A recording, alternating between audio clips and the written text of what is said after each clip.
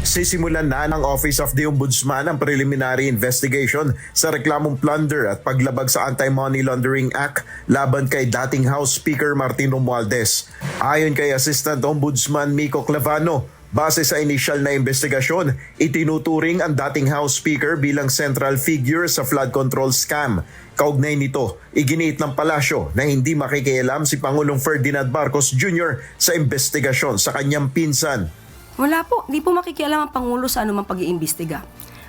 Sabi nga po natin, at ang sabi rin po ng Pangulo, kahit sino po ang maapektuhan nito, kung saan po pupunta ang ebidensya. Sundan na lang po natin. Samantala, pinabulaan na naman ni Yusek Castro ang aligasyon ni ACT Teachers Party List Representative Antonio Tino na selective justice kung saan ang mga kaalyado ng administrasyon na sangkot sa flood control anomaly ay hindi pa nakakasuhan.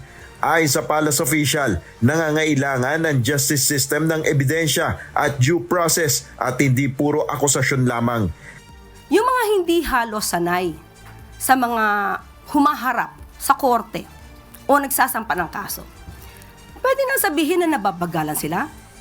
Pero sa realidad, pag kayo po mismo ang nandoon at nagsasampa ng sa kaso, malalaman nyo na ito na ginagawa ng Ombudsman, ng DOJ, ay napakabilis na po. May hamon naman si Yusek Castro sa mga kritiko na naiinip sa pagpapanagot sa mga sangkot sa naturang anomalya. So lahat ng mga naiinip, kung meron na kayong ebidensyang konkreto, go ahead and file the cases now. Nel Maribuhok, humahataw sa balita ngayon.